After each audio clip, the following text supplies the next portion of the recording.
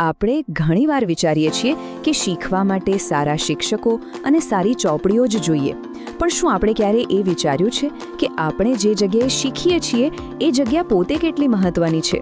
ખાસ કરીને જ્યારે આપણે સસ્ટેનેબિલિટી એટલે કે ટકાઉપણાની વાત કરતા હોઈએ ત્યારે તો આપણી આસપાસનું વાતાવરણ જ એક જીવંત પાઠ્યપુસ્તક બની જાય છે. તો ચાલો આ વિચાર સાથે જ શરૂઆત કરીએ.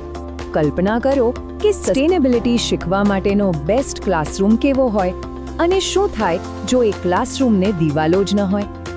આ એક એવો સવાલ છે જે આપણને વર્ગખંડના આપણા પરંપરાગત ખ્યાલ પર ફરીથી વિચાર કરવા મજબૂર કરે છે. શું ખરેખર શીખવા માટે 4 દિવાલો જરૂરી છે? આજના આ વિશ્લેષણમાં આપણે 4 ખૂબ જ રસપ્રદ મુદ્દાઓ પર વાત કરવાના છીએ. સૌથી પહેલા આપણે વર્ગખંડની દિવાલોની પેલે પાર જઈશું, પછી પ્રકૃતિને એક શિક્ષક તરીકે જોઈશું, એ પછી સમજીશું કે આ આખો વિચાર એક શાળાની સંસ્કૃતિને કેવી રીતે બદલી શકે છે, અને છેલ્લે કરીને શીખવાના મહત્વ પર વાત કરીશું.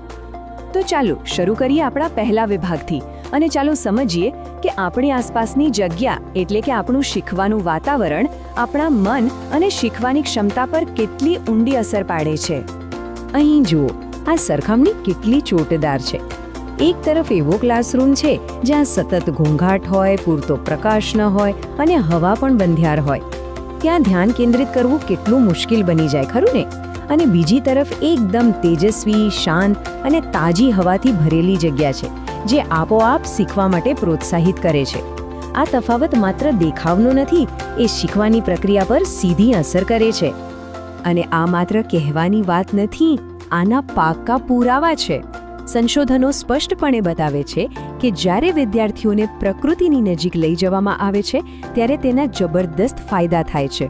એમનું ફોકસ વધે છે, મૂડ સારો રહે છે અને માનસિક તણાવ પણ ઓછો થાય છે. આ કેટલું અદ્ભુત છે! અને આ બધા ફાયદા જ આપણને એક ક્રાંતિકારી વિચાર તરફ લઈ જાય છે.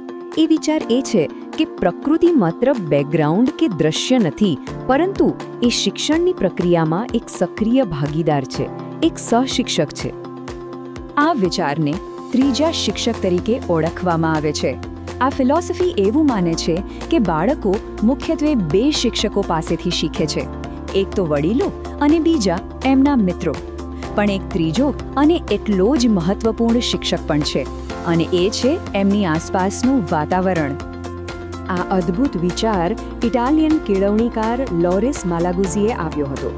એમણે જ સૌથી પહેલાં કહ્યું કે આપણી આસપાસની જગ્યાઓ, ખાસ કરીને કુદરતી જગ્યાઓ, શીખવાની પ્રક્રિયામાં સક્રિયપણે ભાગ લે છે.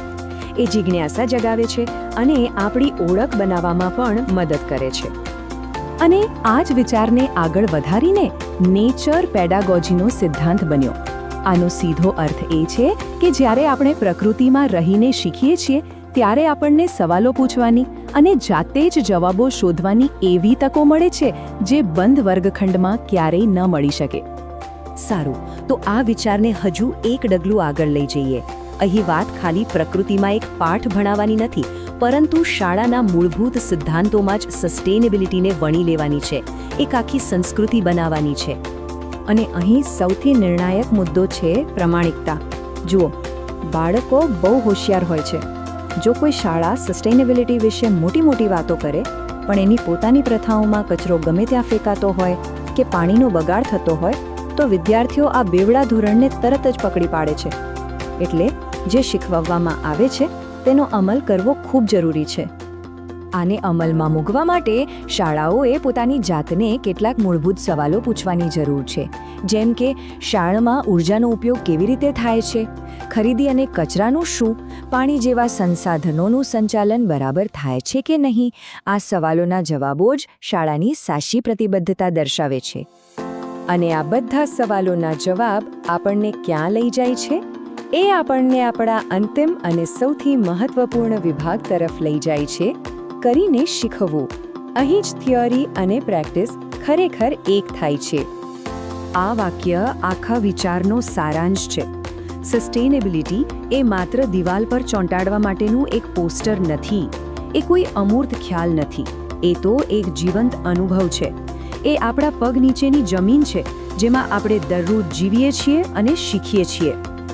અને જ્યારે શાળાઓ આ અભિગમ અપનાવે છે ત્યારે પરિણામો ખરેખર અદ્ભુત હોય છે.